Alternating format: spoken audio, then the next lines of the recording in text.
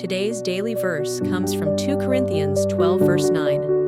It reads, "But he said to me, 'My grace is sufficient for you, for my power is made perfect in weakness.' Therefore I will boast all the more gladly of my weaknesses, so that the power of Christ may rest upon me." This verse is about finding strength in weakness through faith in God. Let's go through this scripture together. First, the scripture says, "But he said to me, 'My grace is sufficient for you.'" He refers to God.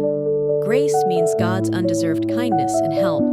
This part means God is telling the speaker, Paul, that his grace, his help, and love is all Paul needs. It's enough. The scripture then goes on to say, "For my power is made perfect in weakness." This is the key. God's power doesn't show up best when we're strong and capable on our own. Instead, it's when we're weak and realize we can't do it alone that God's power can truly work through us. Our weaknesses actually create space for God's strength to shine. The scripture then states, "Therefore, I will boast all the more gladly of my weaknesses." Because Paul understands this, he's actually happy to acknowledge his weaknesses. He's not ashamed of them. Finally, the scripture says, "So that the power of Christ may rest upon me."